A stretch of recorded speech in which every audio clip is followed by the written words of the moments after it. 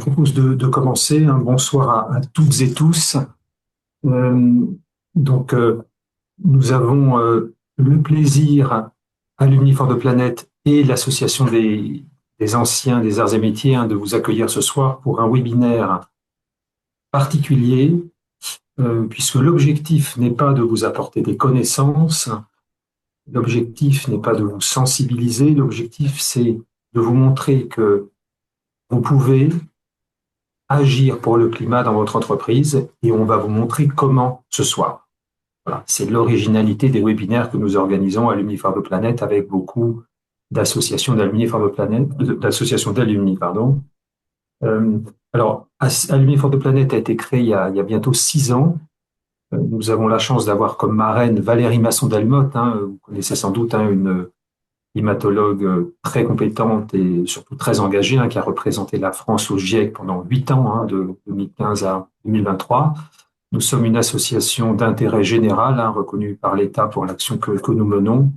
Tous les webinaires que nous faisons sont gratuits et puisque c'est notre principale activité, ces webinaires, leur but est de démontrer aux participants et plus généralement à tout salarié en activité, quel que soit son niveau de responsabilité et son secteur d'activité, qu'il est possible d'agir pour transformer de l'intérieur son entreprise ou pour contribuer à transformer de l'intérieur son entreprise vis-à-vis des grands enjeux du climat et de l'environnement.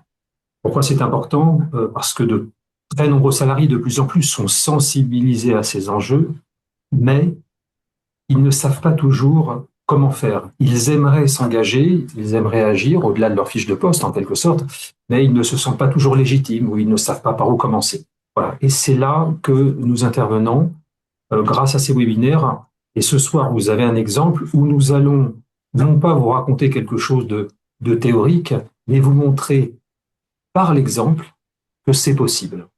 Avec Julie Potel et Ezet Elfi Chaoui, qui sont tous les deux chez Orange et qui vont vous montrer comment ils sont parvenus à mettre en mouvement leur entreprise, alors pas tout de suite à l'échelle du groupe Orange, bien évidemment, mais déjà à une certaine échelle. Et ils vont surtout vous démontrer que vous pouvez vous-même vous impliquer dans votre entreprise et faire contribuer à sa transformation. Je salue Raphaël Zaccardi, qui est un grand fan et on le remercie de nos webinaires et voilà, et surtout un ancien des arts très impliqué sur ces enjeux climat, environnement, puisque très impliqué au niveau de la CEC. Merci Raphaël pour ton action et pour ta participation. Je précise que je ne suis pas moi-même un ancien des arts, mais je suis une pièce rapportée puisque mon épouse, mon beau-père, mon beau-frère, etc. Donc, vous voyez, donc merci pour votre accueil. Ezet est un ancien des arts, ainsi que Vincent. Et Vincent donc sera notre deuxième intervenant après le binôme de choc Julie et Ezet. Lui est dirigeant d'une entreprise, une PME industrielle. Il ne va pas témoigner, bien sûr, en tant que salarié, mais en tant que dirigeant, pour vous montrer comment un dirigeant peut encourager fortement l'engagement de ses salariés, des initiatives bottom-up. Voilà. Parce que vous allez poser peut-être la question, Julie et Ezet, ils font des choses extraordinaires chez Orange, mais chez moi c'est compliqué parce que mon dirigeant est peut-être pas si enclin à encourager ce genre d'initiative. Et ben en fait, l'exemple de Vincent va montrer que beaucoup plus de dirigeants qu'on ne l'imagine, mais parfois ils ne le disent pas explicitement, c'est sans doute un sujet, sont favorables à ce type d'initiative. Voilà. Donc je n'en dis pas plus, juste un mot pour finir. Depuis 6 ans que nous faisons ces webinaires, on en a fait près d'une centaine. Nous avons rencontré des personnes, on va dire, extraordinaires, qui nous ont partagé leur expérience, leur engagement, et on en a fait un livre. Et on en a fait un livre en particulier parce que de nombreux participants à ces webinaires nous ont fait remonter que c'était très intéressant de suivre ces webinaires, mais on aimerait bien en ressortir avec une checklist. Et voilà. Et donc ce livre que je vous montre à l'écran, grâce à Florian, qui est un des bénévoles de l'association, qui nous aide à monter ce webinaire. Merci Florian. Voilà, ce livre, qui vient d'être publié aux éditions Duno, a une première partie méthodologique, finalement avec une sorte de checklist de toutes les principes de savoir-être plus que de savoir-faire hein, qu'il faut euh, voilà, prendre en compte hein, si on veut réussir, hein, et comme vous le verrez, comme l'a fait Julie et Z, si on veut réussir à voilà, mettre en mouvement son entreprise pour que ça se passe bien, pour que ça soit accepté. Et puis vous avez par ailleurs 8 témoignages, on a fait un peu le best-of hein, parmi les cinquantaine de témoignages que l'on a, hein, même plus hein, depuis 5-6 ans. Vous avez 4 hommes et 4 femmes qui, comme ce soir, Julie et Z, vont vous montrer ce qu'ils ont fait concrètement. Et vous voyez, c'est très concret et très inspirant. Donc n'hésitez pas, comme vient de le dire Florian, à l'offrir en cadeau de Noël. Il est encore temps. Voilà. Pour finir, je remercie l'association des alumni des arts et métiers, représentée ce soir par Tamara Naon, qui co-organise avec nous ce webinaire. Ça fait déjà des années hein, qu'on organise ces webinaires avec l'association des anciens des arts, la SOS. Et donc, c'était toujours un plaisir et on en organisera chaque année de nouveau. Voilà, merci beaucoup pour votre attention. Et je laisse peut-être Tamara dire un mot de bienvenue si tu le veux. Alors, je sais que tu as un certain décalage horaire, mais si tu veux dire un petit mot, tu es la bienvenue. Et ça y est, je suis rentrée, donc je suis bien Ah, calée. Et bienvenue à tout le monde et merci beaucoup d'être là ce soir pour ce webinaire de fin d'année. Voilà, j'espère que vous serez intéressés par ce que nos trois intervenantes ont à vous raconter. merci beaucoup, Tamara. Et donc, on démarre tout de suite. On va commencer par Julie et Z. Je précise que je prendrai les questions qui sont dans le chat pour ensuite, après leur présentation qui durera à peu près 20-25 minutes, 20-25 minutes, nous aurons un temps de questions. Donc n'hésitez pas à poser vos questions dans le chat. Également, Vincent, si à un moment tu veux intervenir, hein, bien sûr, n'hésite pas. Et ensuite, on aura l'intervention de Vincent suivie de questions-réponses. Alors, je commence tout de suite par Julie et Z.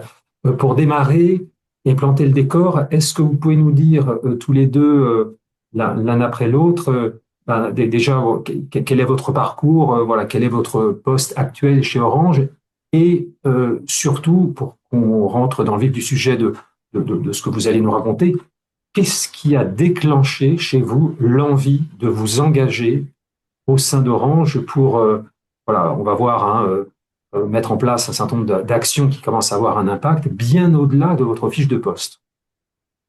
Julie, Je vais commencer, ok. Merci, tout d'abord, merci Michel et Tamara pour l'invitation. Je suis ravie d'être là et de pouvoir un peu témoigner de l'expérience qu'on a avec EZ par rapport à notre communauté. Donc, enchantée à tous, Julie Potel, je suis chez Orange depuis 5 ans, mais avant ça, moi j'ai un parcours où j'ai fait plusieurs types d'études. Donc, j'ai fait d'abord un DUT, puis une licence en langue étrangère appliquée en allemand et anglais. Et après, j'ai fait une grande école de commerce. Donc, voilà, un peu diverses et variées. Et à travers toutes mes diverses expériences, j'ai toujours eu un engagement associatif, que ce soit humanitaire ou social ou avec les Restos du Cœur, etc. Enfin, voilà, j'ai toujours un peu contribué pour apporter ma pierre à l'édifice ou en tout cas contribuer à un monde meilleur à mon échelle. Et donc, quand j'ai rejoint Orange il y a 5 ans à travers le Graduate Programme, donc c'est comme ça que j'ai rencontré EZ parce qu'on est arrivé dans la même promotion en même temps dans l'entreprise. Donc le graduate programme, pour ceux qui, brièvement, pour ceux à qui ça ne parle pas du tout, c'est juste un programme pour les personnes qui sortent de l'école, d'ingénieur, de commerce, de fac, un peu type accélérateur de carrière. Donc on a plusieurs postes, plus diverses opportunités. Et donc tout ça pour dire que chez Orange, j'ai fait plein de postes. Je suis partie à l'étranger aussi. Et aujourd'hui, je suis responsable RSE chez Orange Cyberdéfense depuis le mois d'octobre, mais ça fait 3 ans que je travaille sur les sujets environnementaux. Et en fait, c'est arrivé qu'au début, j'en ai fait 20% de mon job pour accompagner les forces de vente sur les réponses aux appels d'offres, sur la formation des commerciaux, etc.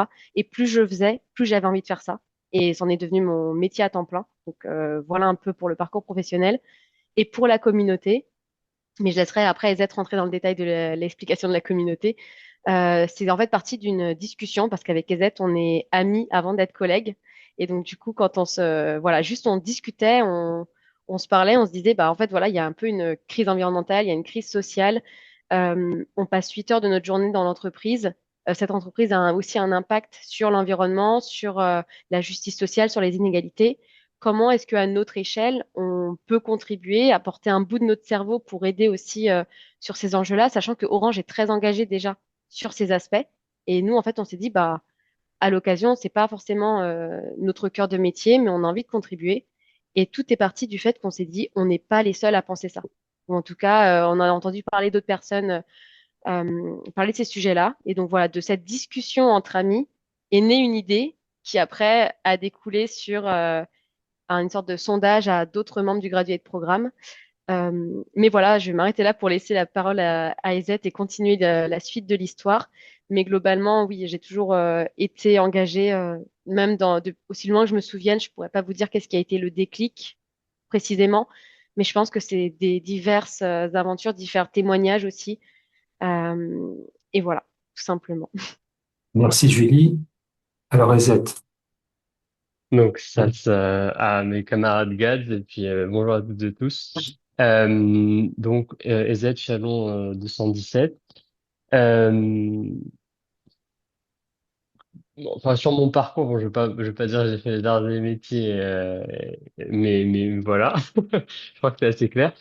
Et ce qui a vraiment motivé, moi, mon engagement chez Orange, quand je suis rentré chez Orange, le fait, c'est vrai que d'être rentré à travers le graduate programme d'Orange, ça m'a permis, en fait, finalement, de retrouver un écosystème de promo, puisqu'on rentre chez Orange à travers ce programme par promotion. Chaque année, il y a une quarantaine, cinquantaine de personnes qui sont recrutées. Et ce que je m'étais dit à ce moment-là, c'est moi qui étais sensible sur la question, mais qui n'avais pas forcément poussé d'action spécifique jusque-là sur l'axe environnement, je m'étais dit, mais en fait, à un moment donné, ça serait peut-être bien de voir ce qu'on peut faire, nous, entre nous déjà, de voir quelle est l'appétence de mes camarades de promotion sur ces sujets et de se dire, ben, en fait, qu'est-ce qu'on pourrait faire concrètement?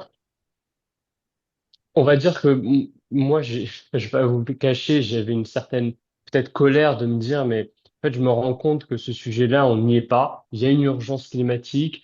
Quand je lis des articles enfin, d'actualité ou que j'entends les experts du GIEC nous alerter tous les mois, enfin tous les quelques mois sur la situation, et derrière, je me disais, mais zut, enfin, j'ai pas l'impression bah, que les responsables, que ce soit le gouvernement, que ce soit d'autres entreprises, fassent suffisamment fort ou suffisamment vite sur ces sujets-là. Et donc, il y avait toujours en moi, en fait, à chaque fois que je lisais quelques articles d'actualité, un côté de moi qui n'était pas satisfait de la situation.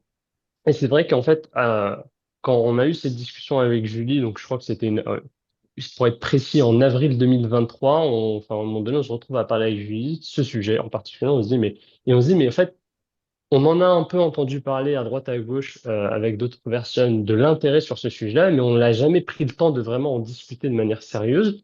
Et en même temps, au sein de l'entreprise, on nous demande régulièrement de prendre des initiatives, on nous encourage à oser prendre des initiatives et voilà, et de prendre de l'autonomie sur certaines thématiques. Donc pourquoi pas essayer déjà dans un premier temps, sans même se dire qu'est-ce qu'on va faire, mais juste prendre le temps de se demander entre nous comment on se sent sur ce sujet-là, qu'est-ce qu'on aimerait faire, euh, qu'est-ce qu'on aime, sur quoi on aimerait être formé, est-ce qu'on se sent suffisamment légitime sur ces questions-là, et puis éventuellement, est-ce que vous pensez que l'entreprise en fait assez, et sinon, qu'est-ce que vous aimeriez porter ou qu'est-ce que vous aimeriez que l'entreprise fasse? Et c'est vraiment comme ça que l'idée du sondage a démarré, en se disant, en fait, faisons une sorte de photo de comment on se sent entre nous sur ce sujet-là, et si on aimerait faire quelque chose, qu'est-ce que ça serait? Et c'est juste comme ça que D'accord. ça a commencé dans un premier temps. Ok, merci en tout cas pour relater un peu voilà, l'élément déclencheur ou votre motivation, parce que c'est important de parler, on va dire, des faits, mais de parler aussi avec son cœur, avec ses tripes, hein, puisqu'on a tous envie d'agir, mais voilà, c'est important de personnaliser les choses. Alors, rentrons dans le vif du sujet. Voilà, comment ça a démarré? Qu'est-ce que vous avez fait concrètement et où est-ce que vous en êtes aujourd'hui? Bah, Eza, je te laisse démarrer sur comment ça a commencé et moi, je vais prendre où est-ce qu'on en est aujourd'hui. Si ça te va. Ça marche. Parfait. Donc, bah, voilà, en avril 2023, on a cette discussion avec Julie et on se dit, il faut qu'on fasse quelque chose. Pour pas que ce soit mal interprété, on décide dans un premier temps d'expliquer notre démarche à la responsable du programme, puisqu'en fait, on a rejoint Orange à travers le graduate programme. Et notre intention, c'était de se dire, il faut qu'on fasse quelque chose dans une échelle raisonnable. C'est-à-dire qu'on n'a pas envoyé un mail à tous les salariés d'Orange en leur disant, dites-nous ce que vous en pensez. On s'est dit qu'on avait commencé là où on avait entre guillemets la main, c'est-à-dire le graduate programme. Le graduate programme d'Orange, aujourd'hui, c'est à environ 550 personnes. Et on s'est dit, mais en fait, ça nous fait une première base de personnes qu'on peut solliciter et essayer voilà, de faire ce premier état des lieux. On présente cette démarche à la directrice du programme en lui disant, bah voilà, nous, on veut juste envoyer ce sondage-là pour essayer de faire un état des lieux, comprendre voilà, enfin, comment nos camarades se sentent et s'il y aurait des choses intéressantes à faire qui seraient intéressantes pour l'entreprise à apporter ensemble. Donc, elle a été très, très friande de notre démarche et de notre souhait. Et voilà, et donc on a envoyé ce sondage en avril 2023 à 550 personnes. En, en envoyant le sondage, la seule chose à laquelle on s'est engagé aux participants, enfin aux personnes à qui qu'on a sondé, c'était de leur dire, on vous présentera de manière complètement honnête et transparente les résultats qui ressortiront. On fera bien sûr une analyse, mais on vous partagera de manière transparente ce qui en ressortira.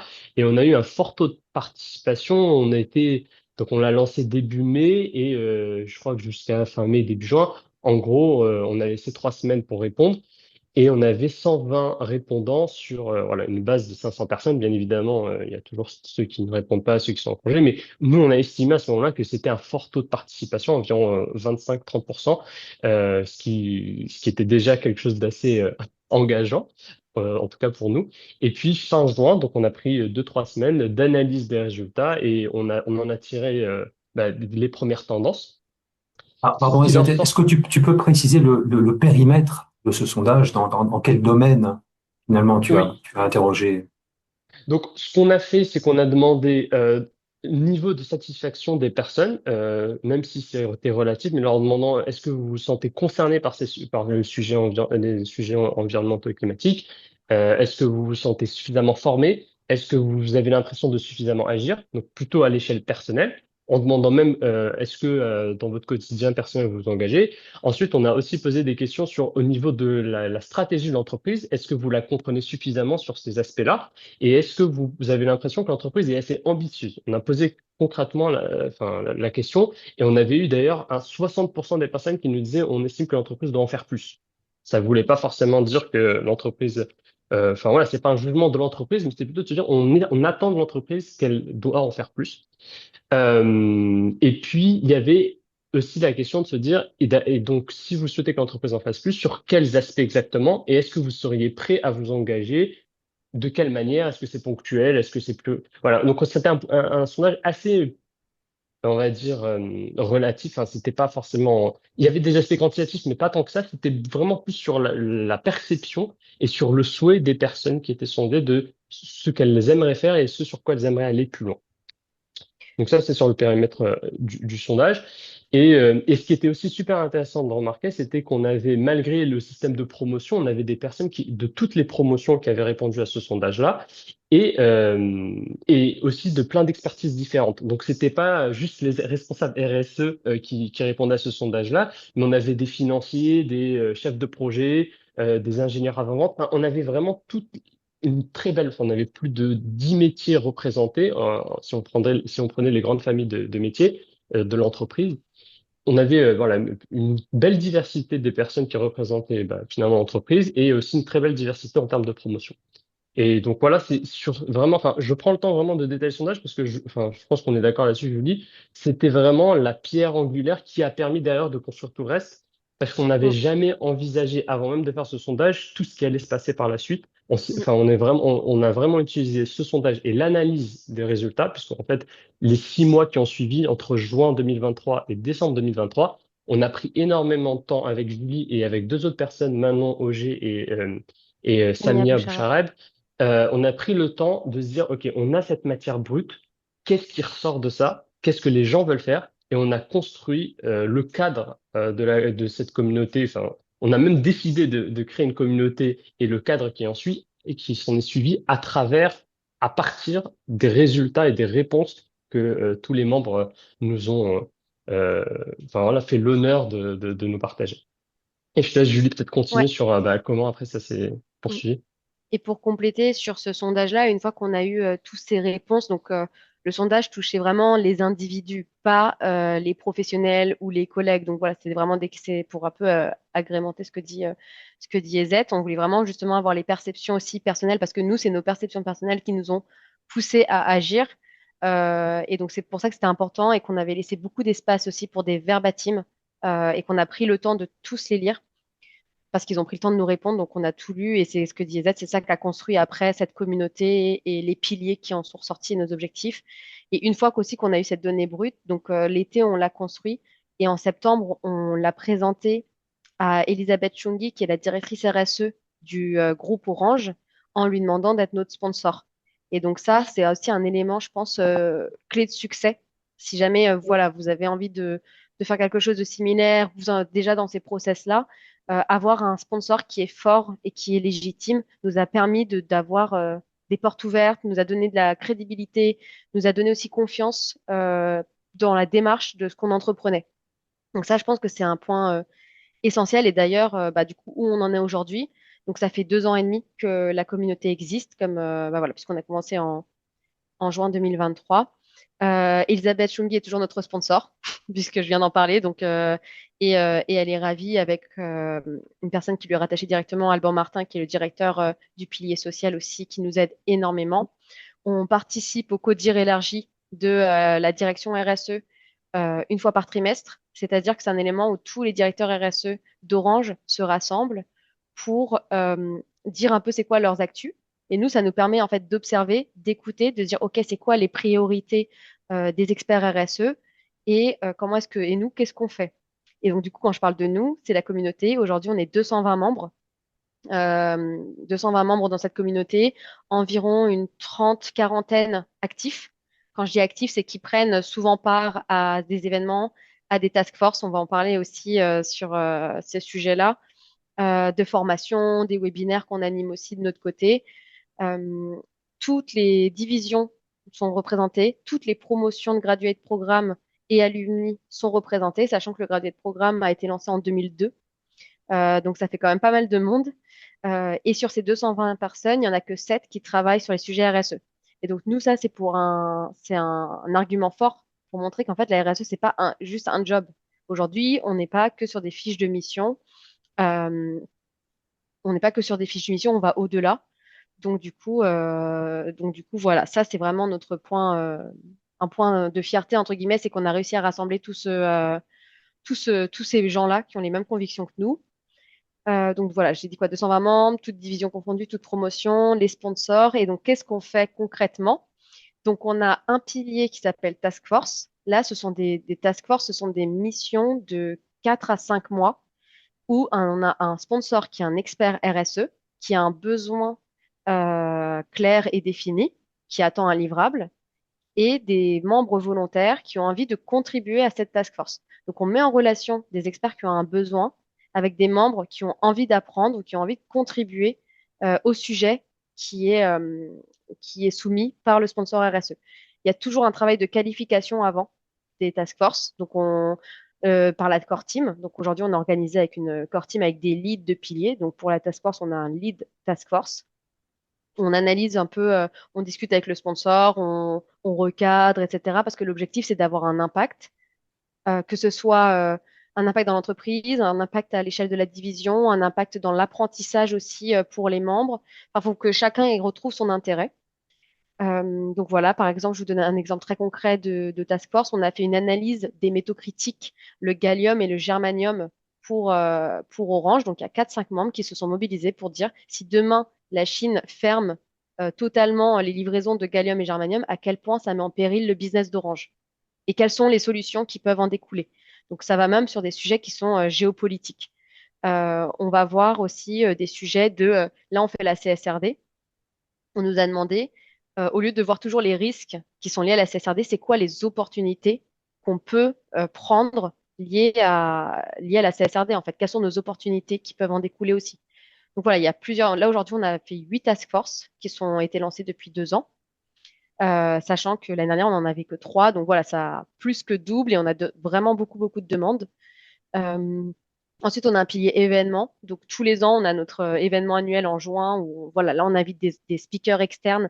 On a eu la chance d'avoir la cofondatrice de Change Now, la cofondatrice de Banlieue Climat, fondateur de AXA Climate, fondateur de la fresque de la biodiversité, euh, l'ancienne présidente de la ONU Femmes. Donc voilà, franchement, on a des super intervenants externes qui viennent aussi pour les membres s'exprimer.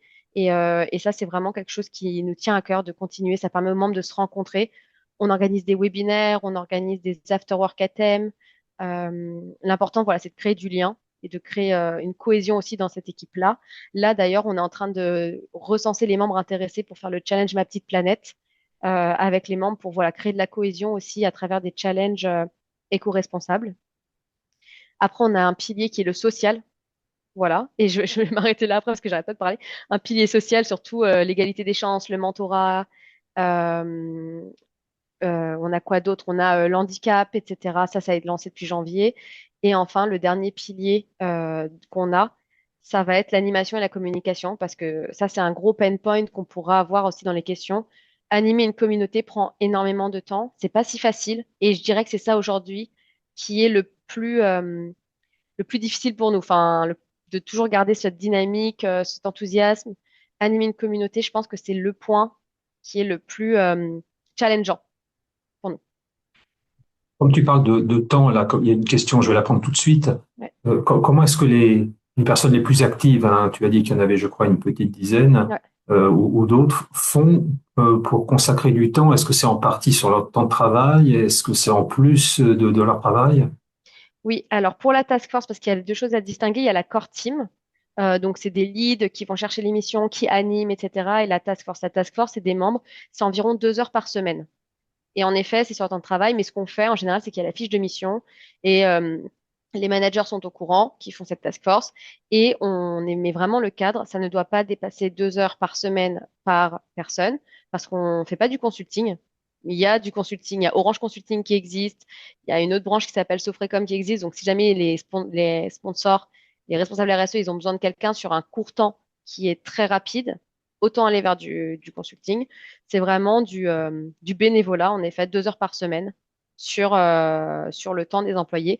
Et pour l'accord team, donc nous, au début, avec KZ, on n'est pas des très bons exemples parce que quand on a lancé tout ça, on travaillait beaucoup, parfois le week-end, parfois le soir, parce que ça demandait du temps pour cadrer tout ça et on n'avait pas le temps de le faire sur notre temps de travail. C'était trop gros pour le faire sur notre temps de travail. Donc on a pris ce temps pour bien structurer. Mais après, on a négocié avec la directrice RSE, donc Elisabeth Chungi, de faire des fiches de mission où on peut libérer 20% du temps de la personne de l'accord team. Et donc le manager, évidemment, est au courant. Il accepte ou il refuse, hein. Et sinon, bah, c'est chaque personne qui s'organise. Donc s'ils acceptent, tant mieux. Voilà, c'est officiel. Il y a une lettre de mission qui est signée par la directrice RSE, qui est signée par le manager. Et sinon, bah, il y a des personnes qui font ça quand elles ont un moment. C'est du bénévolat, comme à l'Uniforce de Planète aussi, ce que vous faites. Donc, c'est vraiment quand les gens peuvent, ils s'investissent. Et c'est pour ça que les task force ne doivent pas dépasser 5 mois. Parce que quand tu es gradué de programme, on change souvent de poste en octobre. On veut pas que ça soit trop long non plus. Et D'accord. peut-être, je pense que ce qui peut être intéressant à mettre en avant là-dessus, c'est la démarche qu'on a eue l'expérimentation dont Julie parlait, les 20% de temps libérés pendant 6 mois. En fait, nous, dès le départ, quand on a fait le sondage, beaucoup de retours nous avaient été faits qui étaient, moi, je suis sensible sur la question, je suis sensible, enfin, masculin, féminin, mais par contre, mon sujet, c'est le temps. Et donc, ce qu'on a essayé de faire, enfin, c'est un point qu'on a remonté directement à différents responsables. Et ce qu'on nous avait dit, c'est, en fait, on est prêt éventuellement à libérer du temps, mais il faut que ce soit vraiment dans un cadre avec enfin, des choses très claires, parce que sinon, ça va dans tous les sens, et c'est là où ça devient pas gérable. Et ce qu'on a essayé de faire, c'était de se dire, bah, en fait, on a structuré cette communauté avec une équipe de coordination. Ces personnes-là, c'est vrai que pendant les 6 premiers mois, nous, on s'est donné du temps, c'est même si j'ai dû le mentionner, on bossait quand même beaucoup à côté de notre travail, mais on s'est laissé le temps de bien structurer les choses et on a tenté cette expérimentation sur 6 mois, on l'a présenté à nos sponsors en leur disant, bah voilà, nous, ce qu'on vous propose, c'est que pendant 6 mois, on va avoir un lead pilier task force, un lead pilier communication, un lead pilier, pilier Social, social et un lead pilier événementiel. animation. Et en fait, chacun, on a fait des fiches de mission et on a dit, voilà leur tâche, voilà leur mission. Et on pense que leur charge de temps, leur temps de travail est estimé à temps. Et on a vraiment cadré les choses pour pousser cette expérimentation. Et encore une fois, on l'a vraiment dit, ben voilà, ça va être sur 6 mois. Donnons-nous la chance de tester.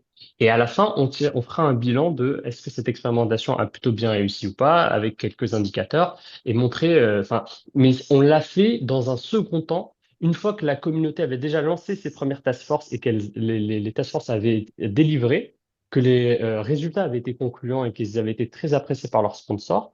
Et c'est là où on avait eu un peu de credo, on va dire, un peu de levier pour pouvoir du coup pousser en disant, bah, en fait, cette communauté, elle a l'air d'avoir des intérêts pour l'entreprise, elle délivre, entre guillemets, si je peux me permettre. Et donc, on veut pousser l'expérimentation pour aller plus loin parce qu'en fait, on a de plus en plus de demandes et que ça se justifie. Mais c'est vraiment arrivé dans un second Mm. temps, mais il y avait quand même tout un premier temps où c'était quand même beaucoup sur du temps personnel. C'est vrai. Du bénévolat, ouais, complètement. D'accord. Merci Exette et Julie. J'en profite pour saluer aussi Simon Guillaume, hein, participe à ce webinaire, hein, qui était aussi voilà, qui est très impliqué au sein de la SOS, hein, sur les enjeux environnementaux. Donc merci Simon, voilà, qui a passé le relais récemment à Tamara, mais voilà, il reste très impliqué, et en particulier avec la CEC. Voilà, donc je voulais toujours continuer à vous interroger sur, voilà, sur le fond et sur votre impact. Quand vous répondez à une commande finalement de certains responsables RSE ou voilà, mobiliser des volontaires, ça c'est une chose.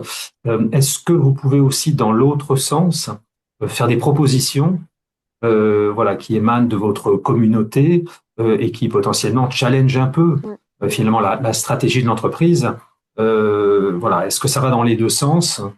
Et quand vous faites ça, est-ce que c'est toujours bien accepté? Et voilà, et comment s'y prendre justement pour que cette action consiste finalement à challenger, hein, et à faire évoluer la stratégie de l'entreprise soit acceptée. Je te laisse commencer, Zed, parce que j'ai beaucoup parlé juste Ok. avant. Ça marche. Mais, je pense que ce qui est super important, encore une fois, en vrai, on a beaucoup parlé du sondage, mais tu vas voir, Michel, je vais répondre à ta question, mais en 2 temps. La première, enfin, l'aspect qui est super important à avoir en tête, c'est qu'en parallèle du sondage, ou juste après le sondage, ce qu'on a aussi fait, et qu'on n'a peut-être pas assez mentionné, c'est qu'on a beaucoup échangé avec des responsables RSE et des experts sur différentes thématiques environnementales au sein de l'entreprise, pour essayer de comprendre, dans un premier temps, enfin, eux, quels étaient leurs besoins sur quoi, en termes de business pour l'entreprise, ils avaient du grain à moudre, des sujets qui étaient suffisamment stratégiques pour que ce soit intéressant d'y consacrer du temps, bien évidemment, parce que, encore une fois, on est volontaire, donc on va y consacrer du temps, mais ce temps-là est précieux. Mais il faut que ce soit sur des sujets suffisamment stratégiques pour l'entreprise et que ça apporte de la valeur. Et donc, on a pris ce temps-là aussi en parallèle d'interviewer les différents experts RSE. On a profité des résultats du sondage et de l'analyse qu'on avait faite pour aussi leur partager ce qui ressortait de notre communauté et en leur disant, ben voilà, si on avait un peu de temps à consacrer sur des thématiques qui sont à forte valeur pour vous, quelles seraient-elles? Comment pourrait vous aider? Et donc, on a pris tout ce temps-là dès le départ aussi, en plus de de notre relation avec nos sponsors, de construire notre compréhension du besoin ou des besoins qu'on pourrait retrouver dans différentes business units sur ces thématiques par les experts, parce que nous, on n'avait pas la légitimité de se dire, bah, on sait qu'il faut faire une étude sur le germanium et le gallium. On n'en sait pas grand-chose. Et donc, voilà, on a pris le temps pour identifier les différentes task force, les différents projets, les différentes initiatives qui pourraient apporter de l'impact pour l'entreprise. Et à chaque fois qu'on a lancé une task force, c'était bien évidemment en collaboration avec un sponsor qui, pendant 3 4 mois, supervisait de manière très proche l'équipe de volontaires qui bossait dessus. Et puis, à la fin des 3 4 mois, c'était bien le sponsor, l'expert reconnu sur cette thématique qui était à l'origine du besoin, qui récupérait le travail qui avait été réalisé pour le pousser plus loin. Et pour moi, c'est super important de bien mentionner ça parce que dès le départ, on a voulu avec Julie et du coup avec l'équipe de leadership de la communauté de bien ancrer ça en se disant on a une base de volontaires, des personnes qui ont une disponibilité, une bande passante un peu limitée, enfin, même assez limitée, mais par contre, le temps qu'ils vont consacrer sera sur des sujets super importants.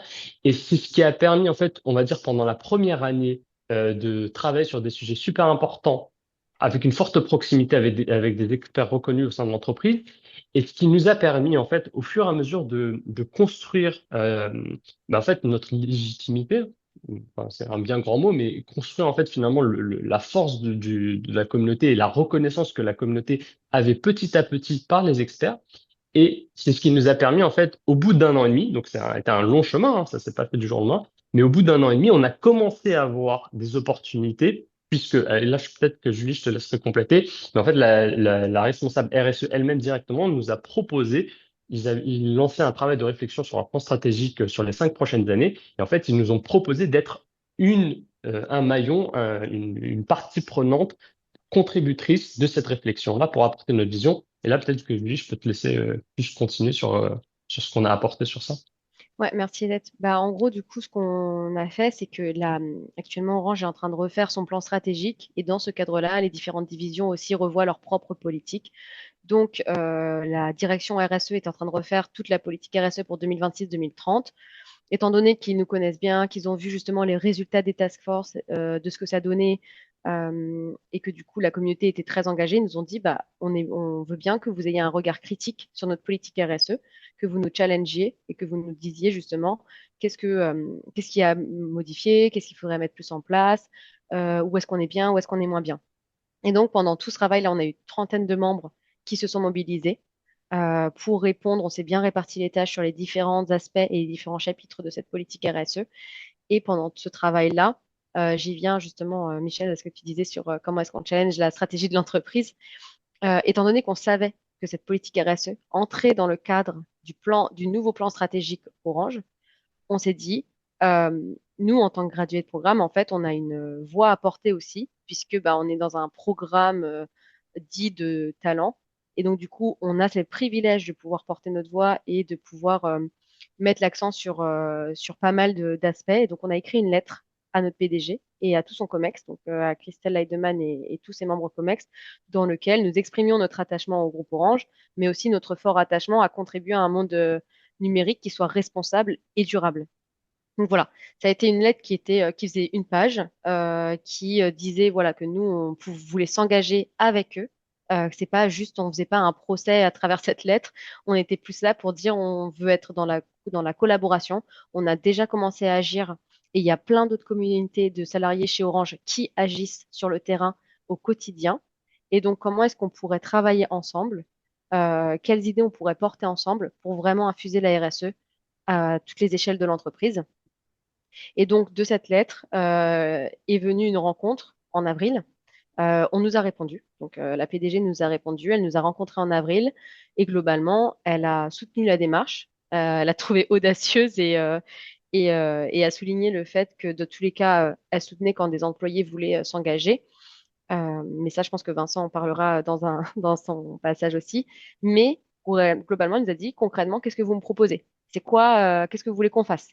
Et donc de là, elle nous a dit, ce que je vous propose, c'est qu'on se revoie dans un second temps, vous faites des propositions, vous me les présentez en COMEX et on en discute. Et donc voilà. Et donc là, comme a dit Ezette au début, notre communauté, c'est vraiment toutes les grandes décisions de la communauté viennent d'un sondage. Donc on a refait un sondage à tous les signataires de la lettre. Ils étaient plus de 200 pour leur demander, voilà, demain entre guillemets, hein, puisque c'était plusieurs mois plus tard, évidemment, on va présenter au COMEX des idées d'action conjointes. Qu'est-ce que vous voulez porter comme idée? C'est quoi les idées que vous voulez que le COMEX porte à son échelle et que, bien sûr, on y contribue. Parce que l'idée, c'est pas juste de leur dire faites ci, faites ça, faites ça. Déjà, on n'est pas légitime pour le faire, juste on veut contribuer. Et donc voilà, donc de là, il y a eu plein de réponses encore, puisque bah, les 200 signataires ont émis plusieurs sujets. Donc nous, on a essayé de cadrer avec un petit groupe de volontaires, de brainstormer, de reclassifier. On a challengé les idées avec des experts RSE terrain pour nous dire est-ce que ça a déjà été fait? Est-ce que ça, c'est pas fait? Comment est-ce qu'on retourne ça? Qui nous ont vraiment aidé à affiner notre discours et notre message. Et on leur a présenté donc nos 3 idées phares le 6 novembre. Donc c'est assez récent. Il n'y a pas eu de no-go sur les 3 idées et globalement, c'est des idées qui sont à différentes échelles, donc engager le leadership, les collaborateurs, mais aussi les salariés. Ah oui, j'ai dit collaborateurs, expertise et leadership. Voilà. Et donc là, le next step pour nous, c'est on a contacté les PMO, donc les Chief of Staff, les bras droits des membres COMEX qui se sont portés sponsors sur certaines idées pour commencer la collaboration et de se dire qu'est-ce qu'on fait, comment, parce que le cadre, on ne veut pas, encore une fois, être dans une position de imposer quelque chose.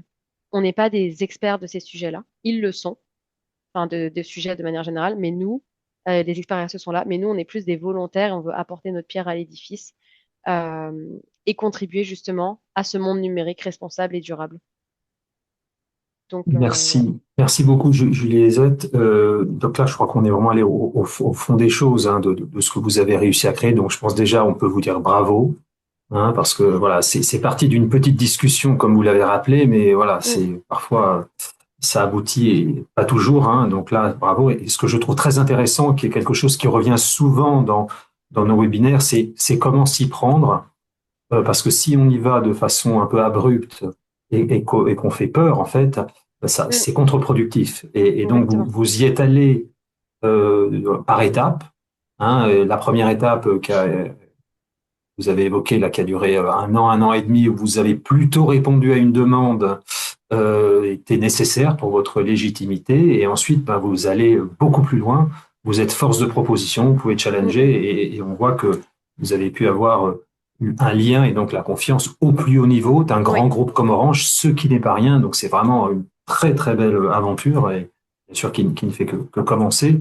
Mm. Euh, Est-ce que vous pouvez dire un mot, peut-être à titre personnel, sur comment, parce que ça fait quelques années hein, que vous avez cette discussion, comment vous tenez dans la durée? Comment vous restez motivé dans la durée? Parce que c'est pas toujours Ouais. facile, hein.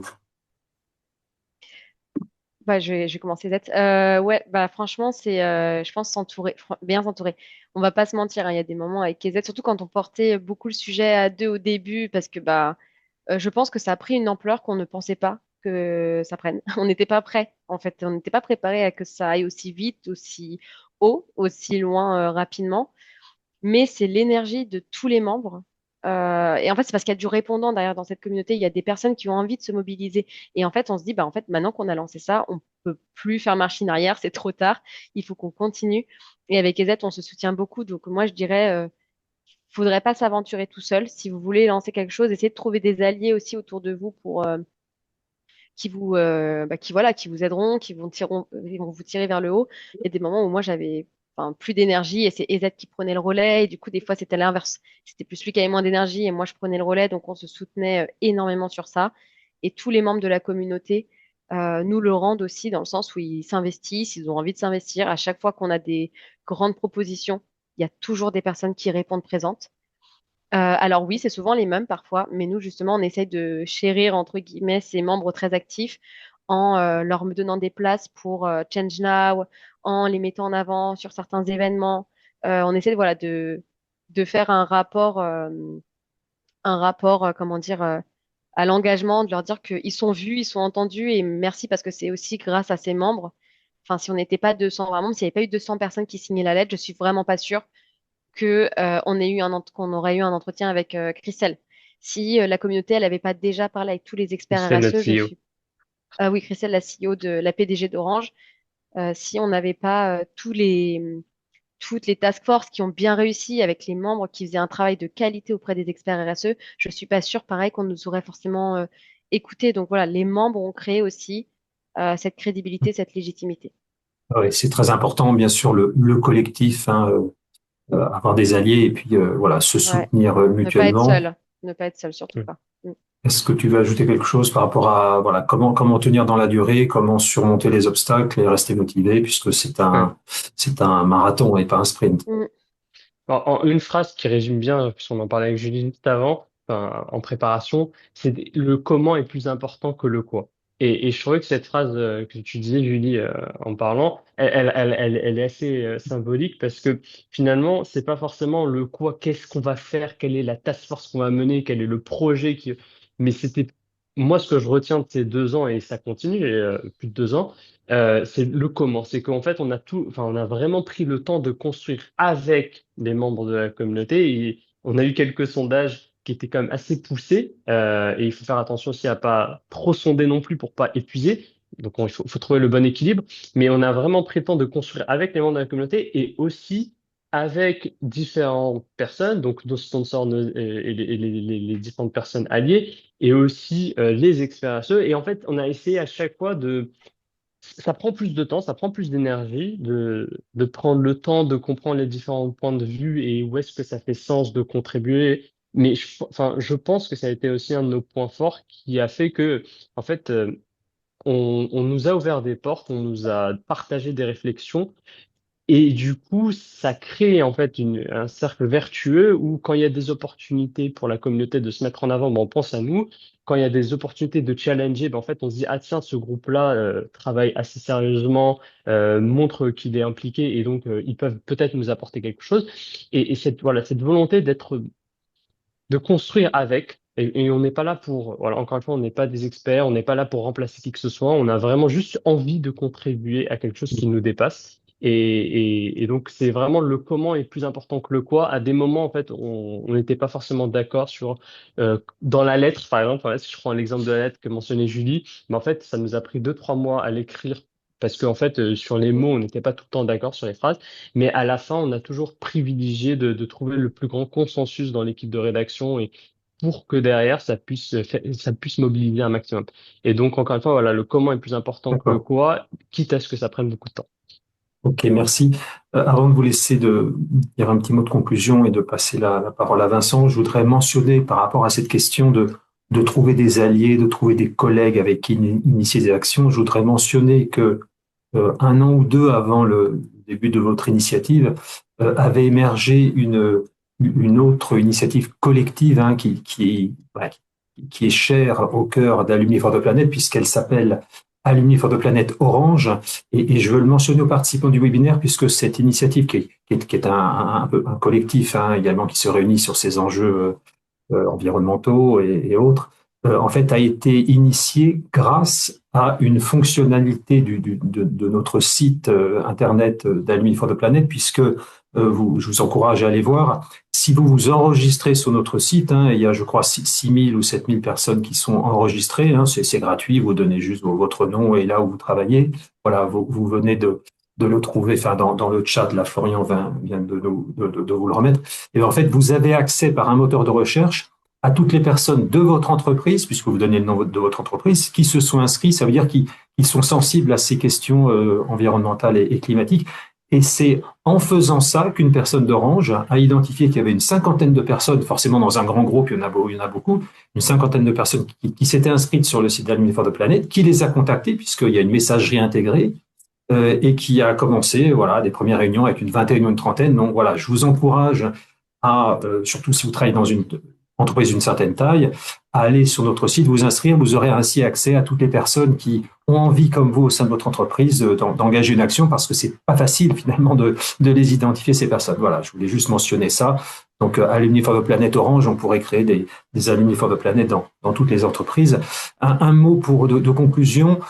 Quels conseils pratiques, Julie et Z, vous pourriez donner aux participants qui ce soir ont été forcément très inspirés hein, par la belle aventure que vous avez racontée, qui voudraient se lancer dans un cadre évidemment très différent? Voilà, quels conseils pratiques vous pourriez leur donner? Comment commencer, par où commencer ou autre chose? Oui, bah, je pense en termes de conseils pratiques pour vraiment commencer, c'est vraiment ce que je disais juste avant, c'est voir qui sont vos alliés. Est-ce que vous avez des collègues avec qui vous avez plus d'affinités, avec qui partagent un peu les mêmes convictions et principes que vous? Est-ce qu'ils ont envie de, voilà, de poser des questions, enfin voilà, s'écouter et se parler entre collègues avec qui? Parce que nous, ça a commencé comme ça avec les aides. Si on s'était pas parlé, si on s'était pas écouté, si on n'avait pas eu de discussion sur ce sujet, il y aurait pas eu de communauté aujourd'hui, très honnêtement. Donc, vraiment s'allier avec ce que, comme je disais au tout début dans mon introduction, EZ était un ami, plus un ami qu'un collègue finalement, même si je l'ai rencontré dans le cadre d'Orange. Donc voilà, la bienveillance avec les personnes qui partagent les mêmes convictions que vous. Et après, un autre porte qui ouvre beaucoup de portes, c'est avoir un sponsor fort. Très honnêtement, avoir Elisabeth Chungui comme sponsor, la directrice RSE du groupe, qui est membre COMEX, nous a aidé aussi à, je pense, avoir pas mal de portes. Donc ça, c'est très pratique parce qu'après, c'est la communauté qui a fait tout le reste. Mais on va pas se mentir qu'avoir ce genre de sponsor, ça nous aide grandement. Merci beaucoup, Julie. Et Z, le mot de la fin, un petit Ouais. conseil pratique. Et de le faire, de se lancer avec des personnes un peu autour de nous avec qui on se sent à l'aise et juste de poser des questions, enfin en tout cas d'essayer, enfin, pour être concret, essayer de commencer à son échelle. Ne pas se dire je vais viser tous les salariés de l'entreprise, mais démarrer à une échelle que vous maîtrisez un petit peu. Peut-être que vous avez un groupe de personnes qui travaillent dans votre même fonction ou vous avez un groupe du site sur lequel vous êtes localisé. Enfin, essayez de trouver un endroit sur lequel vous êtes suffisamment à l'aise et qui est à peu près à une échelle humaine et de tester, juste de dire, enfin, de voir quelle est l'appétence de ces personnes-là pour commencer. Et vous serez surpris, je pense, et surprise du nombre de personnes qui sont très sensibles sur ces sujets-là, qui veulent se lancer, mais qui ne savent pas comment. Donc, voilà. Moi, c'est la leçon que j'en retiens et on est d'accord avec Julie là-dessus, c'est que enfin, on s'attendait jamais à avoir autant de personnes sensibles sur Mm. ces sujets-là, avec plein de background, comment dire, de, de D'entité, passés d'expertise, différents. ouais. Ouais, et des centres d'intérêt différents aussi. Chacun, en fait, a son prisme de vue, mais à la fin, en fait, on est beaucoup à vouloir agir, mais ne pas savoir comment, par quoi démarrer. Et si on arrive à Merci. se rassembler, on peut faire des choses ensemble. Merci beaucoup, EZ. C'est la raison d'être d'Alumni for the Planet, le constat que vient de faire EZ. Il y a beaucoup de personnes, et tous les participants ce soir en sont, qui dans leur entreprise aimeraient bien agir, mais ne savent pas comment. Et donc c'est pour ça que nous faisons témoigner des personnes comme Julie et EZ qui vous disent comment. C'est un exemple parmi d'autres, mais ça montre tout simplement que c'est possible et que vous pouvez vous lancer à court terme. Et notre livre, voilà, comme je vous l'ai dit au début, vous livre 8 témoignages très différents dans des secteurs d'activité très différents. Donc je vais passer la parole maintenant à Vincent. Vous allez voir, c'est un témoignage très différent et très complémentaire, puisque c'est le témoignage d'un dirigeant. En général, nous ne faisons pas témoigner de dirigeants, parce que majoritairement autour de la table, là, vous n'êtes pas des dirigeants, mais les webinaires qu'on organise, qu'on co-organise avec la SOS, on innove à chaque fois. Merci Simon, mais merci Tamara.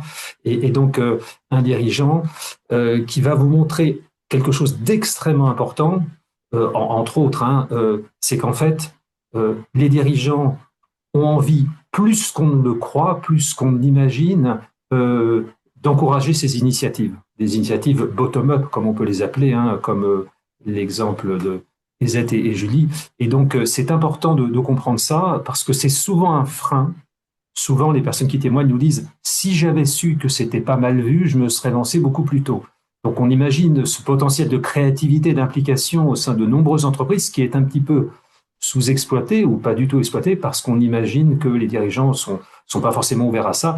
Et donc là, vous avez le témoignage de Vincent, là, qui est complètement une caricature justement et c'est tant mieux, de ce qu'on peut faire de mieux pour embarquer ces salariés, vous allez le voir, et même au-delà, vraiment de responsabiliser ces salariés sur un très grand de domaines. Donc, je te laisse la parole, Vincent. Peut-être tu peux commencer par nous dire en 2 mots qui tu es, ce que tu fais, et qu'est-ce qui t'a motivé pour t'engager en particulier à faire le parcours de la Convention des entreprises pour le climat, même si tu faisais déjà plein de choses avant, c'était quand même voilà un élément fort qu'ensuite voilà qui a permis de démultiplier ton action au travers d'une feuille de route que tu vas nous résumer au sein de ton entreprise. Ok. Bon, ta présentation, elle m'a un peu encensé, mais et je pense que c'est pas du tout l'esprit. On est hyper. Donc déjà, en termes d'échelle d'entreprise, on est sur une PME. Donc c'est un petit groupe familial qui a 47 ans. Au total, on est 290 personnes. 200 personnes plutôt sur des activités d'ingénierie et 100 personnes sur une activité de chaudronnerie industrielle. Et donc, c'est cette filiale, Alia, que je préside. Donc, la question, c'était pourquoi enclencher le parcours CEC, c'est ça? Oui, déjà, qu'est-ce qui t'a motivé pour Ouais, t'engager dans le parcours CEC? Parce qu'un dirigeant voilà, qui s'engage, c'est pas neutre. Et d'ailleurs, tu n'étais pas seul puisque vous étiez deux ouais, avec une autre exact. personne, le fameux Planet Champion. exactement. En fait, le lancement, donc j'ai pris la présidence d'Alia dans voilà, une ambition d'aventure entrepreneuriale. J'ai pris la présidence d'Alia il y a un peu plus de 2 ans. Et forcément, quand on prend la présidence d'une entreprise, on a besoin d'un projet fédérateur un peu transverse. Historiquement, je portais beaucoup de projets transverses autour des enjeux de sécurité et de santé au travail. Il y avait un niveau de maturité sur le sujet chez Alia qui était déjà pas mal. On a encore progressé depuis, mais j'ai été contacté par Raphaël Zaccardi, qui m'a expliqué le parcours CEC Industrie. Donc je l'ai écouté, questionné, et ensuite j'ai été voir mon responsable Q3SE, donc qualité, santé, sécurité, sûreté, environnement. Et j'ai dit à Guillaume, bah, écoute, voilà, on se connaît pas trop, je venais d'arriver. Si tu veux, on s'engage dans un parcours pour 10 mois. Il y avait 6 sessions de 2 à 3 jours. Euh, et puis, on va essayer d'envisager ce que Alia pourrait être d'ici 25 ans et comment voilà, dessiner la trajectoire pour y aller dans un monde qui aura profondément été transformé d'ici là, quoi. Donc, Guillaume n'a pas refusé. Il était plutôt volontaire et c'était aussi ses convictions personnelles qui l'ont fait s'engager. Et donc, on est parti dans ce parcours CEC. On s'est engagé comme ça. Moi, ça faisait 4 mois que j'avais pris la présidence d'Alia. Alors, est-ce que tu peux nous dire en 2 mots comment ça s'est passé et surtout qu'est-ce que tu en as retiré en termes de feuille de route de transformation de l'entreprise?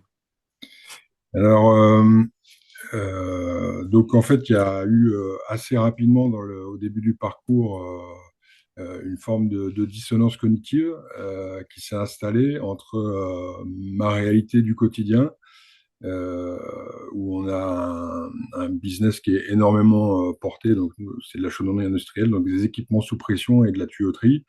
Donc on a un business historique dans l'oil and gas et dans les engrais. Euh, et donc, voilà, le premier parcours, on nous explique un petit peu voilà, tous les chiffres, et puis on est heurté à une réalité et un degré d'urgence. Et puis après, on prend le train, on rentre et on a la réalité du quotidien. Donc en fait, voilà, il y avait 1 mois et demi à 2 mois d'écart entre chaque session. Donc plus on avançait, plus on se disait avec Guillaume, mais quand on rentre, mais le gros enjeu pour nous, ça va être comment embarquer les équipes, comment embarquer les équipes. Euh, et donc voilà, jusqu'à bon après nous à titre personnel, Guillaume et moi, on a énormément apprécié ce parcours, la richesse des intervenants, et puis un intervenant en particulier, Olivier Hamon, qui nous a parlé de robustesse d'une organisation par opposition à la performance d'une organisation. Et clairement, moi j'étais particulièrement touché par cette intervention et elle a résonné également dans notre organisation industrielle où parfois on essaye d'optimiser un maximum tous nos process et on se rend compte qu'un petit grain de sable en fait fait que tout peut s'arrêter. Donc en fait, il y avait une vraie logique industrielle à son approche un peu théorique de la robustesse. Euh, et donc, comment embarquer les équipes? Eh ben, on a décidé de prendre une stagiaire qui était engagée dans un parcours environnement et on a lancé une enquête RSE au sein des équipes. Alors, l'avantage dans une PME de 100 personnes, c'est que c'est assez, c'est assez, c'est assez facile d'engager tout le monde, parce que voilà, on est tous sur le même site, je descends dans l'atelier, on réunit tout le monde, et voilà, les messages sont passés assez facilement, c'est l'avantage de la taille de l'entreprise. Donc l'enquête RSE, on l'a fait pour d'abord donner la parole aux salariés, essayer d'objectiver leur perception de la RSE au sein d'Alia, identifier leurs priorités, celles qu'ils ressentent réellement, essayer de construire une démarche qui soit pragmatique et pas hors sol, et faire du RSE concret.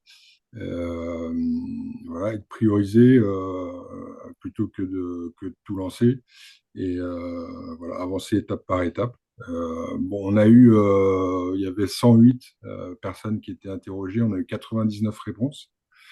Sur les 99 réponses, la dernière question, c'était de savoir s'ils souhaitaient s'investir dans la RSE avec nous. Et en fait, sous réserve du plan de charge, parce qu'en PME, il y a beaucoup de polyvalence et beaucoup d'activités. Mais on a eu un peu plus de 30 volontaires pour s'investir. Et donc, sur la base de ce volontariat, on a commencé à mettre en place voilà, des sujets autour de la gouvernance, autour des comités de pilotage, engager une démarche acte pas à pas. On a établi 2 bilans carbone pour l'année 2023, l'année 2024, avec toute la difficulté que ça peut être de récupérer la data pour l'exploiter. Euh, voilà. Je ne sais pas si j'ai répondu à ta question, Oui, oui, Michel. oui, tout à fait. Alors, est-ce que tu peux nous raconter aussi une des actions que tu as mis en place? Alors, je ne sais pas si c'était avant ou après le parcours à la CEC, qui consiste à mettre en place pour chaque limite planétaire ou chaque voilà, plafond environnemental ou plancher social, une petite équipe de deux, trois personnes pour réfléchir, pour passer au crible de ces critères des limites planétaires, votre programme d'investissement. C'est Alors, assez fort comme décision. ouais, alors c'est pas que le programme d'investissement, c'est également tout le volet offre. Après la manière de faire, et puis également les secteurs d'activité. On a ce qui nous fait vivre aujourd'hui, et dans ce qui nous fait vivre aujourd'hui, ce qui pourra exister encore en 2050, et les secteurs sur lesquels on est sûr qu'ils existeront encore en 2050 et comment on essaie de les adresser. Donc il y a eu plusieurs sujets. En fait, j'ai apprécié aussi l'intervention de Julie et de Est. Le fait de trouver des alliés. Euh, Moi, en tant que président, je ne me voyais pas, et puis ma personnalité, peut-être être moteur et incarné. Donc, le jeu de rôle avec Guillaume, c'est que c'est Guillaume, en tant que responsable Q3SE et RSE, qui porte les sujets. Moi, ma mission de président, c'est plus de lui donner les moyens, l'aider à structurer et arbitrer les priorités. Et donc, on a commencé un premier petit sujet. J'ai été contacté par 2 conscrits qui avaient créé leur start-up, où ils mettaient globalement des pinces ampères-métriques avec des clés 5G. Et ils remontaient la data pour la consommation électrique.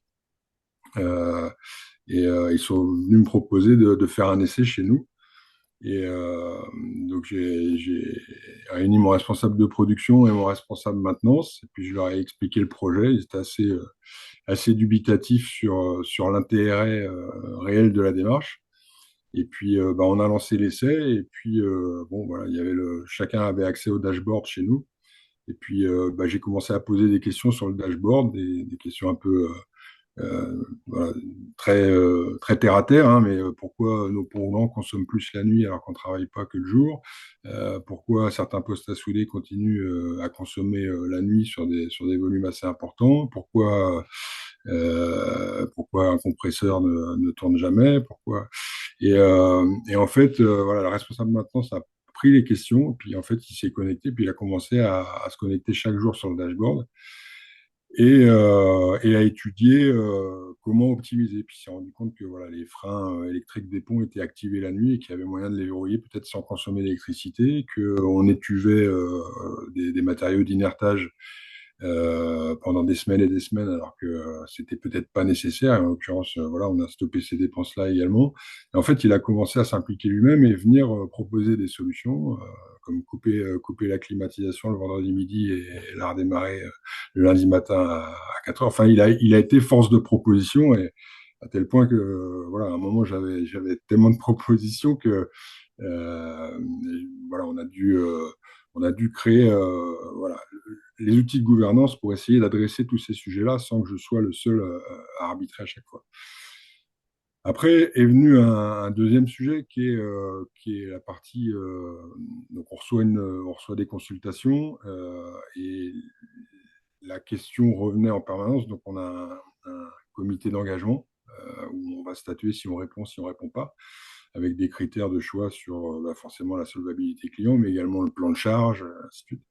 Et puis, de plus en plus, la question revenait de mais est-ce que l'activité de production d'explosifs sur telle région de la planète, est-ce qu'on est sûr d'être fier de faire ça? Et donc, on a eu notre premier no-go qui est venu des équipes. Et donc, ça a été un acte fort de dire on fait no-go. Et donc, ensuite, on a avancé sur cette trentaine de volontaires. On a identifié effectivement 18 volontaires qu'on a inscrits dans un comité de pilotage. Et on a essayé de dresser, suivant les 4 scénarios de l'ADEME, la vision d'Alia en 2050. Voilà, du premier scénario, c'est voilà, on est dans un monde régénératif, et le quatrième scénario, c'est Trump est partout sur la planète, quoi. Et après, on a essayé de dresser tout ce qui était commun sur les 4 scénarios, et on a dessiné une vision on a écrit une vision de ce que sera Alia. Et derrière, on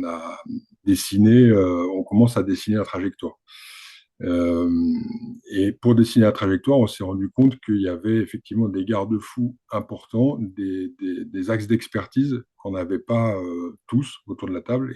Et on a collectivement décidé qu'il fallait qu'on se muscle sur certaines expertises techniques. Et donc là, on a fait des binômes ou trinômes sur des expertises autour d'une partie des planchers sociaux et d'une partie des limites planétaires, et qui nous permet, que ce soit en revue d'offres ou en revue de CAPEX, parce qu'effectivement, on a des investissements majeurs sur notre site, de passer au crible de ces expertises toutes les décisions d'investissement. J'investis sur une machine, très bien.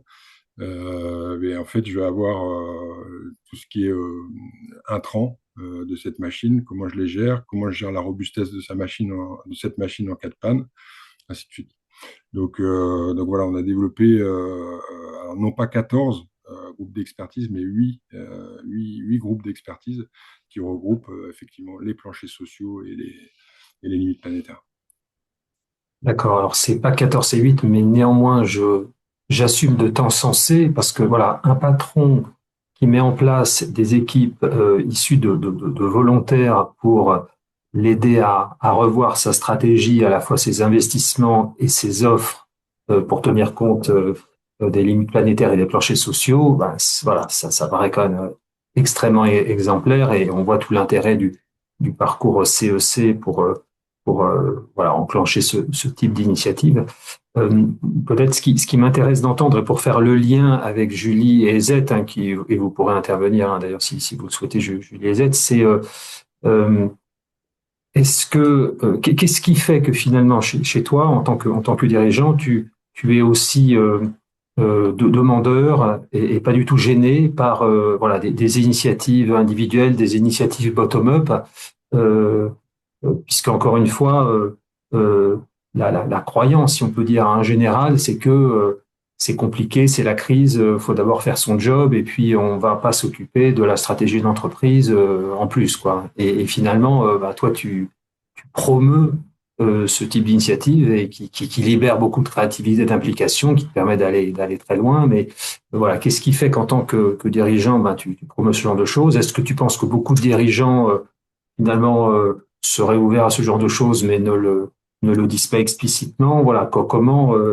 finalement voilà, libérer toute cette créativité des salariés dans le sens de la transformation des entreprises? Euh, la réponse, elle est peut-être un peu triviale, mais en fait, on a besoin de talent. Euh, on a besoin de talent, on a besoin de recruter. C'est difficile de recruter et on a besoin de créer un environnement dans lequel les gens vont s'épanouir, se plaire et s'y plaire durablement. Donc, en fait, on a besoin de gens qui soient équilibrés, qui soient épanouis, qui soient alignés professionnellement et personnellement. Je veux dire, il n'y a pas que le salaire et la qualité du matériel mis à disposition. Il y a les enjeux d'être fier quand on rentre à la maison le soir avec ses enfants de ce qu'on fait et la trajectoire qu'on essaye de donner et notre contribution active au monde de demain, quoi. Donc, c'est aussi un enjeu, voilà, de recruter des talents qui ne soient pas que concentrés sur un domaine d'expertise. En fait, ces projets-là, ils rayonnent dans l'atelier, euh, sur tous les postes de l'atelier, comme dans le bureau d'études. On est 100 personnes, on est globalement 50 personnes à l'atelier, 50 personnes dans les bureaux. Et, euh, et c'est le plein potentiel en fait des salariés qui peut se libérer aussi à travers ça. Donc voilà, des solutions techniques en réalité, quand on se met à plusieurs autour d'une table, on arrive toujours à trouver des solutions, dessiner ce qu'on sera demain et s'interroger, ne serait-ce que percevoir tous ensemble la dissonance cognitive entre l'activité du jour, parce que voilà, on n'est pas exploitant, nous. On est fabricant, maintenancier, donc on répond à un marché et on voit très bien que le marché d'aujourd'hui, même avant 25 ans, il va profondément être transformé. Et comment on conserve nos savoir-faire et comment on valorise notre savoir-faire au service d'une société voilà, plus juste, plus durable.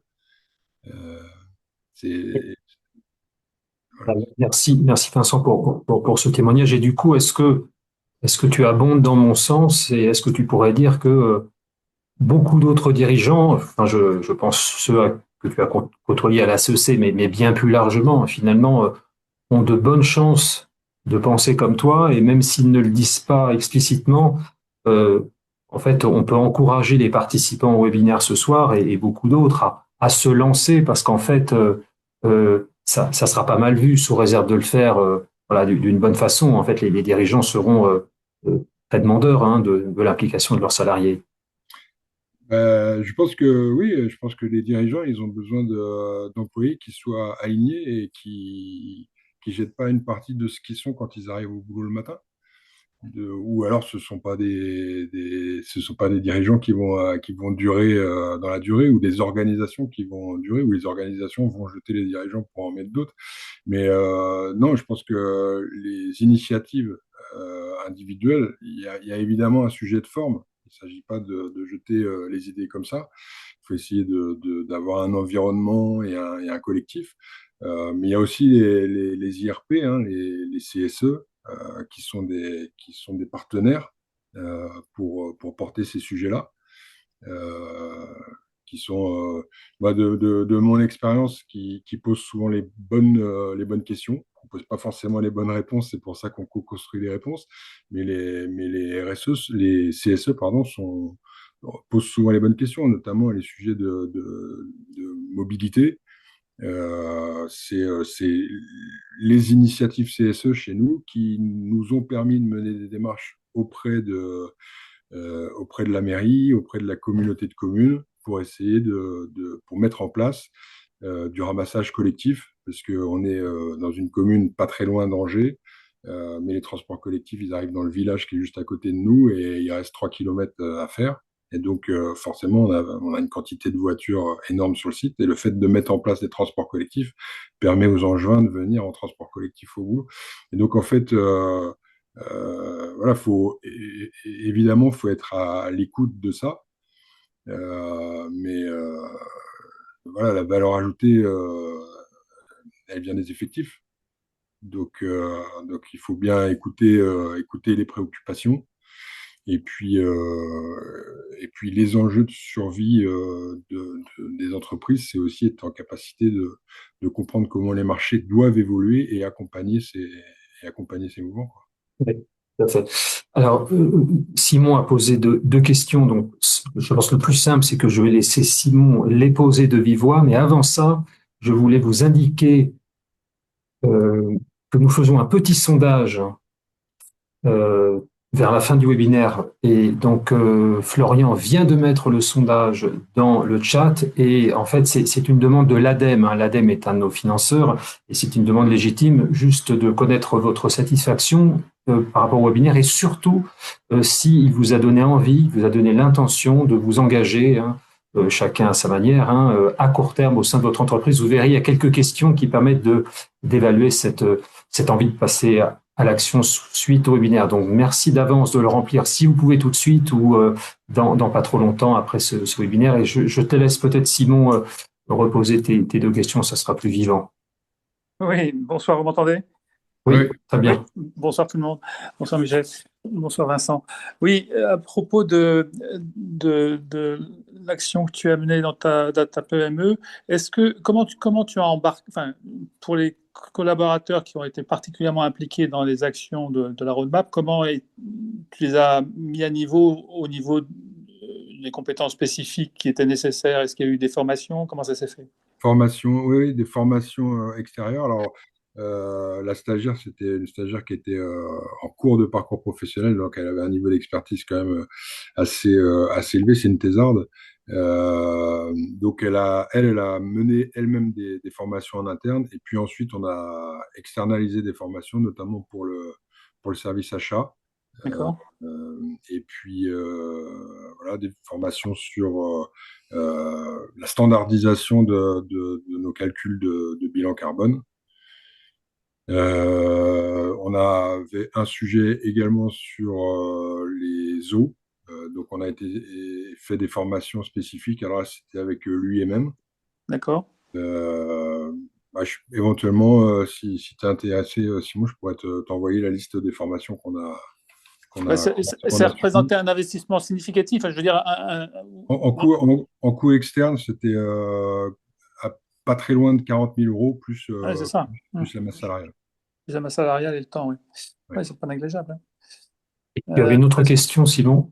Oui, alors la deuxième, c'était est-ce que tu as observé que dans le cadre de cette action, il y a eu le climat de l'entreprise, que ce soit l'engagement, que ce soit les relations sociales, que ce soit je sais pas, la fierté des salariés d'une manière ou d'une autre. Enfin, je ne sais pas ce que vous mesurez, mais est-ce qu'il y a eu un impact sur le climat social?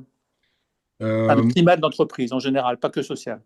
alors, c'est la question, la question, elle est légitime, elle est super intéressante. Elle a même le climat a en fait alors évolué positivement, mais il a aussi mis à jour certaines certaines pratiques dans l'entreprise. Donc les langues se sont libérées. Donc ça pour moi c'est le côté positif.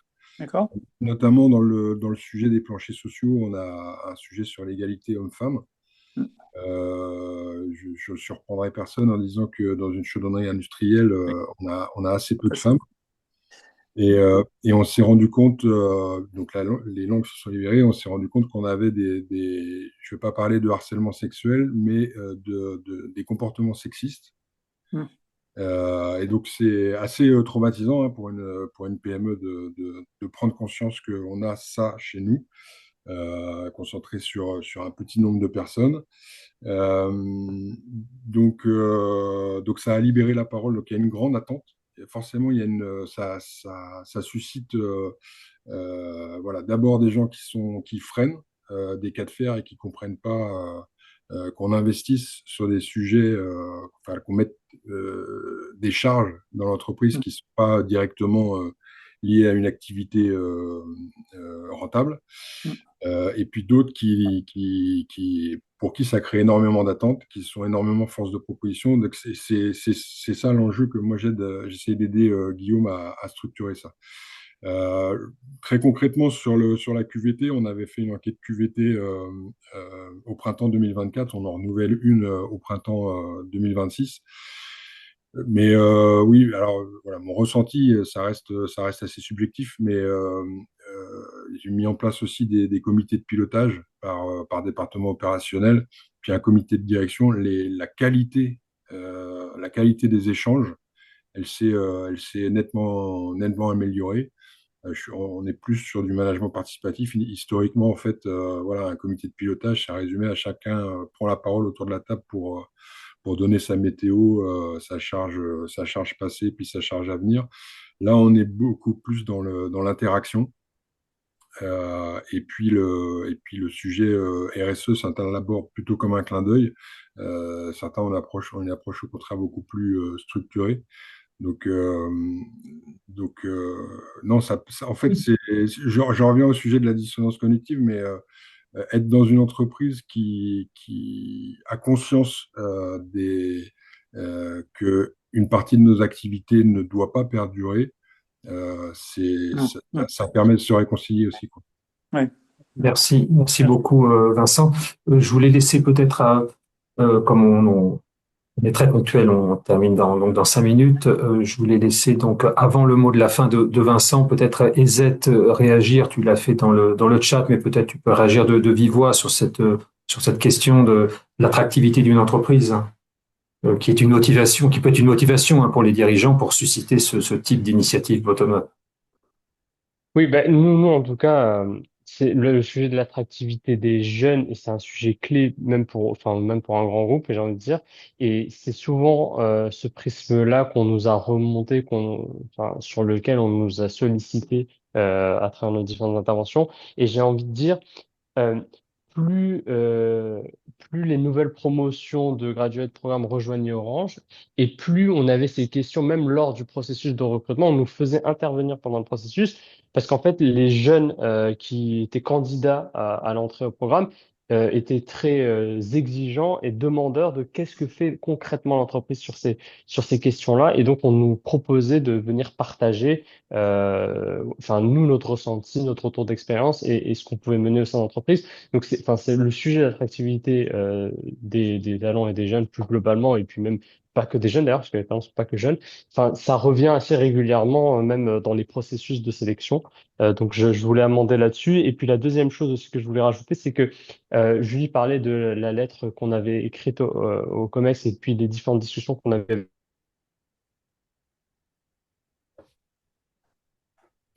Z qui est en Australie, je précise, on t'a perdu.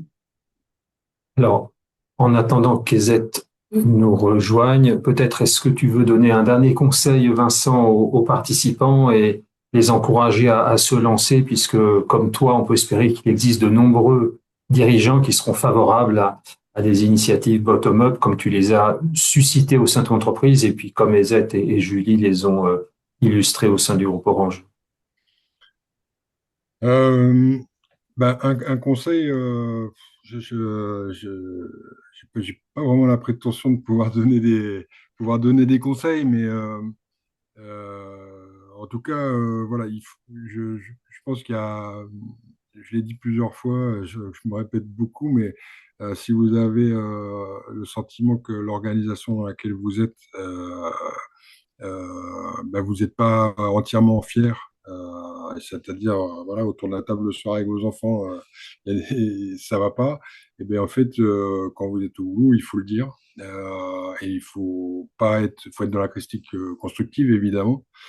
Mais il y a absolument pas de petites actions en fait.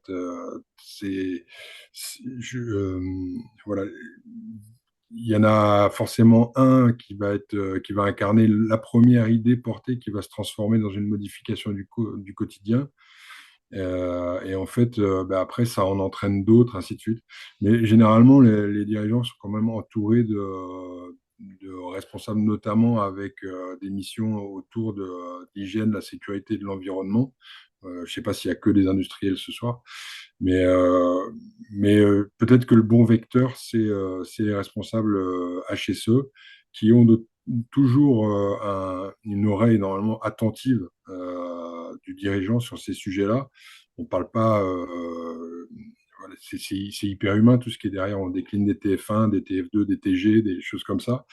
Mais en réalité, on peut améliorer l'environnement de travail, commencer par ces sujets-là, peut-être l'environnement de travail, et là, emmener le dirigeant à se sensibiliser sur ça. Il y a les IRP, voilà, on a les IRP qu'on mérite puisqu'on les a élus, mais c'est aussi un bon vecteur de communication avec la direction. Puis voilà, si vous avez, je ne sais pas la taille des entreprises, si vous êtes dans des petites structures, moi en l'occurrence, voilà, c'est une toute petite PME, mon bureau il est ouvert toute la journée, donc n'importe qui vient à n'importe quel moment. Et l'idée pour le dirigeant, ça va être de mettre en place des outils de gouvernance qui vont permettre voilà, de faire remonter les idées et après d'aider le dirigeant, il doit aider à structurer la démarche, allouer les budgets nécessaires et faire évoluer la feuille de route de l'entreprise. Mais voilà, on ne le fait pas justement. Je sais pas ce que c'est l'inverse de ce que tu disais bottom-up là. Enfin, on le fait pas. Top-down. J'ai bien compris l'image, mais voilà, ouais, ça peut pas se faire top-down en fait. Au contraire, c'est la plus grande légitimité, c'est la mission sociale aussi d'une entreprise, hein. Donc, Très bien. Voilà, Un grand merci. libérer les potentiels, quoi. Un grand merci Vincent pour ton témoignage, tout en humilité, mais j'assume et je confirme qu'il y a de quoi encenser le travail extrêmement exemplaire, hein, que tu as fait à ton échelle.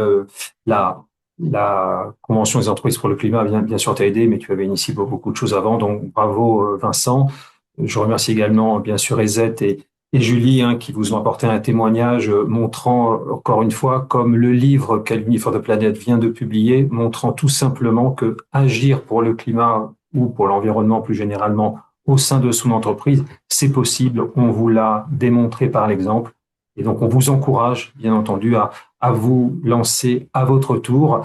Continuez de venir au webinaire organisés par Alumni for the Planet, en particulier ceux organisés avec la SOS et avec d'autres associations d'alumni. Nous faisons également à peu près tous les mois un webinaire en plus petit groupe pour que les personnes qui ont commencé à mener des actions se retrouvent entre pairs et échanger sur les difficultés et les surmonter ensemble, parce qu'évidemment, dès qu'on agit, on rencontre des difficultés, c'est tout à fait normal. Et le mot de la fin, ça sera évidemment de vous souhaiter de joyeuses fêtes de fin d'année et un très beau cadeau, le livre paru aux éditions Luno, n'hésitez pas.